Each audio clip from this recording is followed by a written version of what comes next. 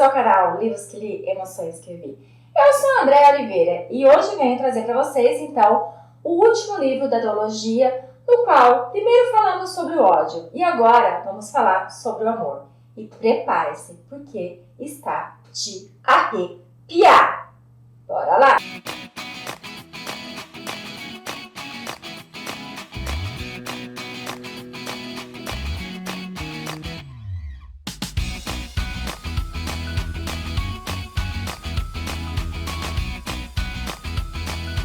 Trago logo de cara para vocês, então, o segundo livro, que é Amor, da Nana Palvoli. E aqui, gente, já começa assim.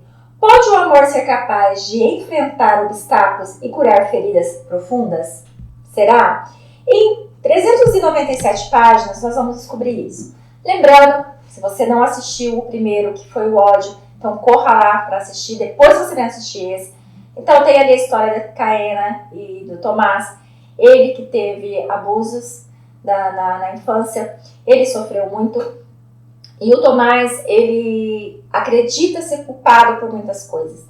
Porque como era o envolvido, era ele, a Marina e o Domênico, ele acabou ali criando uma força para poder salvar os três daquela situação. E ali, ele acabou fingindo que aceitava tudo aquilo para poder ganhar a confiança que ele ganhou, se transformando praticamente no filho do seu abusador. Terminei o vídeo passado, do primeiro livro, contando para vocês que a Caena acabou descobrindo que os traumas do Tomás foram causados pelo seu pai. Então ela meio que enfrenta seu pai, sabe que ele não fala, e ali ela decide que ela precisa salvar não somente o Tomás, mas também a Marina e o Domênico. Ela acaba descobrindo que os três nunca aceitaram a ajuda de um profissional, que a cabeça deles é somente dos três, como se só confiassem neles três. O Carlos ele consegue se aproximar um pouco, mas ele não consegue reverter a cabeça deles. Ela decide ficar na fazenda porque ela vai mudar a situação. Então ela diz para ele, se você quiser vender a fazenda, eu também vendo. Se não, não. Porque ela acredita que eles saindo dali, eles vão conseguir se libertar daquilo, porque aquilo virou uma doença. E a Nana, ela vem colocar muito isso. Ela vem colocar um pouco a cabeça de um abusador e ela vem colocar muito sobre a cabeça das vítimas. Como elas se sentem, qual é o trauma que pode causar. Como, por exemplo, a Marina, ela é insegura. O trauma que ela sofreu referente a esses abusos foi dela ser uma menina retraída, uma menina que não confia em ninguém, uma menina quieta, uma menina calada, totalmente dependente da afeição do Tomás e do Domênico. O Domênico, ele já é aquele rapaz, ele é um rapaz muito bonito, mas ele já é aquele rapaz que ele meio que parou no tempo, ele não cresceu, ele não evoluiu, então ele parece até um pouco mais infantil. E o Tomás, o trauma dele foi se achar culpado por ter aceitado um tempo essa situação para reverter e ter feito com que seus amigos confiassem nele, que tudo ia mudar, que tudo ia melhorar e que eles teriam a fazenda nas mãos e poderia trocar o nome da fazenda e ali começar uma nova vida. Claro, óbvio que isso não vai dar certo, porque, gente, o trauma tá lá, tá impregnado neles. Então eles não vão esquecer o que aconteceu, nunca, jamais vai esquecer, sempre vai estar lá. A diferença é como eles vão lidar com isso. E é isso que a Caena quer fazer ele entender, que ele precisa lidar de um jeito diferente. Eles têm ali momentos que eles querem estar junto, porque eles se amam, gente, se amam mesmo. Mas eles relutam. Ela com medo, porque ela descobre que está grávida. E ele com medo, porque sabe que ela é filha do monstro e que ele não pode ficar com ela. Quando chega no dia que eles têm até a leitura do testamento, onde ali fica claro, fica objetivo, que ele é dono de 50% da fazenda, de toda a fortuna, e ela dá outro de 50%, então ele fala que ela quer que ela venda. E ela diz que não vai vender. Eles começam a discutir. E ele diz, não vai ter como ficar nós dois aqui, não vai dar certo. E aí ela fala, nós dois não, nós três. E aí ela conta que tá grávida. Ele surta, gente, porque ele disse pra ela uma vez que não queria ter filhos. Ele disse, eu não quero ter filhos, nunca serei pai. E agora ele se vê pai. E pior, ele se vê pai de uma criança que tem o sangue do homem que morreu. Porque o pai dela morreu nesse momento, né? O pai dela morreu. as coisas ficam mais confusas na cabeça dele, fica mais confusa na cabeça do pobre do Domênico, na cabeça da Marina, porque eles acreditavam que na morte daquele homem teriam paz, e agora vem a filha dele e quer se manter presente, e eles acreditam que ela será igual a ele. Por mais que ela mostre totalmente diferente, ela mostra que tem compaixão por eles não aceitam ela. Vai tendo muita reviravolta, ela continua ali batalhando, ela mostra que ela é sim uma mulher capaz de ajudar ele, então ela estuda, ela ajuda ele numa parte da fazenda que ela pegou para poder cuidar, para não atrapalhar ele, porque ele faz muito bem o trabalho dele. Ela mostra que ela está entendendo, ele fica admirado com o jeito dela e balançado. Mas ao mesmo tempo que ele quer ceder a ela, ele vê a decepção do Domênico e da Marina, porque confiam nele e ele está feliz se elogiando para o outro lado. Ele não assume a filha, ele não fala da filha, até que chega num certo momento. Gente, acontece muita coisa, tá? Nesse período que ela passa na fazenda, ela acaba chamando a Analice, que é sua amiga, que trabalhou com ela numa loja que ela abriu, e elas são muito unidas para passar ali com ela as suas férias de um mês. Chegando lá, ela conta tudo, exatamente tudo que ela descobriu, todos os traumas do Domênico, da Marina, também do Tomás, que ela não consegue entender a ligação deles. A Analice, ela entende de certa forma, ela faz os seus questionamentos, e quando ela conhece eles, ela fica deslumbrada com a beleza do Domênico. Até que tem um momento que ela está andando a cavalo, o cavalo começa a empinar, o Domênico ajuda ela, o Domênico recebe um coice, ela liga para a Caena desesperada, a Caena ajuda o Domênico, mas ele todo momento rabugento, dizendo que não precisava dela e sempre a maltratando. Mesmo assim, ela leva ele até o médico, leva ele para casa, dá remédio para ele, compra remédio para ele e ele sempre a maltratando.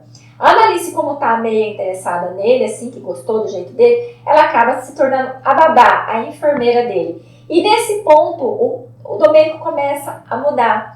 O Domênico começa a sorrir. Porque o Domênico, o trauma dele, gente, não permite que outras pessoas cheguem próximo a ele. Não permite que ele saia daquele mundinho dele. E a Analice chegou e está mudando isso. Ele está ficando feliz, ele está sorrindo, ele está se transformando. E a Marina é a única que está vendo os dois homens que lhe dão apoio, que estão junto dela todo o tempo, se transformando, sendo felizes e ela ali parada naquele mundinho. Vai se passando mais um tempo, a Analice vai embora, o Domênico fica triste. Eles continuam ali tentando ver formas de fazer com que a Caena vá embora, até que quando ela está ali com seus 5 meses já, eles acabam tendo uma briga terrível. E ele acaba dizendo a ela, né, que não quer ela lá, que não aceita ela lá, que não aceita... Ele não fala filha, porque ele não fala filha.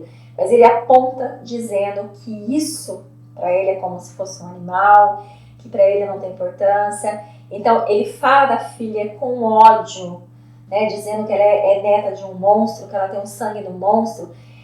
Ele fala de uma forma tão assim, a discussão é tão intensa, que quando ele vira as costas, deixando ela no escritório, ela acaba passando mal, cara, acaba tendo contração. O cara que chega porque ia ter uma reunião com ela, acaba socorrendo ela. Como ele não encontra o Tomás, ele acaba pegando o Domênico que tá ali perto. Quando o Domênico entra, ela fica apavorada, com medo do Domênico. E aí o Domênico pega ela no colo, porque o Carlo não consegue, porque o Carlo tem um problema na perna, que tem a ver com esse mundo de pedofilia. Então ele tem esse problema na perna, então o Domênico pega ela e ela olha para ele suplicando: não faça nada com a minha bebê. E ele olha bem no fundo dos olhos dela e diz: nunca. Ele leva ela até o centro médico, ela é cuidada, o Domênico fica esperando ela para saber se ela também, se a neném também, mas aí, nesse dia ela toma a decisão de que ela não quer mais tudo aquilo, que ela tem que pensar na filha dela, porque se acontecer novamente ela vai perder a filha. Então ela decide vender a parte que ele tanto quer e ir embora. Se ele quer se afundar naquela fazenda junto com a Marina, junto com o Domênico, que faça. Ela não consegue mais lutar para fazer ele feliz e ele acordar que ele precisa se livrar daquelas lembranças. Ela volta para São Paulo. Claro, óbvio que o Tomás fica abalado, porque afinal de contas, gente do céu, ele ama essa mulher, ele fica se remoendo por ter feito ela passar mal, por ter feito ela perder a bebê. Como ele disse, ele nunca foi assassino. Então ele não ia querer o mal daquela criança. Mesmo que no ato que ele descobriu que ela estava grávida, ele queria que ela abortasse. Né? Então ela lembra disso. Então por esse motivo ela vai para São Paulo e ela fica lá por 2 meses no qual eles ficam conversando através de advogados, porque ela vai vender a parte. O Tomás, gente, ele tem vários pesadelos, um pior que o outro. E num desses pesadelos, ele vê a cena, como às vezes acontecia, mas tem algo diferente, porque ele está vestido, os seus amigos estão vestidos, tem a Caena amarrada gritando, ele não consegue entender, tem os seus algozes em volta, e quando os seus algozes saem da frente, ele vê que é a filha dele que está ali deitada numa mesa nua, uma bebê. Ele entra em pânico e ali ele reconhece que ele tem uma filha. E ele vê o Francisco falando que agora aquela neném é dele, ele vai fazer dela o que ele quiser. O desespero dele é tremendo, ele acorda suado e ele faz o que ele nunca fez na vida. Ele acaba procurando ajuda, ele liga para esses números que você fala, né, com pessoas anônimas, e essa pessoa é toda calma, doce. No que ele consegue desabafar um pouco, ele consegue abrir um pouco a mente. Então ele acaba procurando ajuda. Mas ele quer a Caena do lado dele. Ele precisa da Caena do lado dele e principalmente da filha dele. Chega o dia dela voltar para Goiás, né? Porque ela mora em São Paulo, a fazenda é em Goiás. Chega o dia dela voltar para Goiás para poder assinar essa papelada e dar a liberdade que ele tanto anseia, dar a fazenda que ele tanto anseia. Quando ela chega, o baque dele, assim, é nítido, porque ela tá cada vez mais linda, ela tá com uma barriga enorme de 7 meses e ele fica se perguntando da filha. Ele pergunta se ela tá bem e pergunta, a neném está bem? É a primeira vez que ele trata com doçura, gente, doçura da filha dele. No momento de assinar, ele volta atrás. Ela fica desesperada porque ela quer acabar com tudo aquilo, ela quer voltar a ter paz, mas ele diz que não, que eles precisam conversar e que ele quer que ela volte para a fazenda, que ele quer que eles decidam junto o que vão fazer.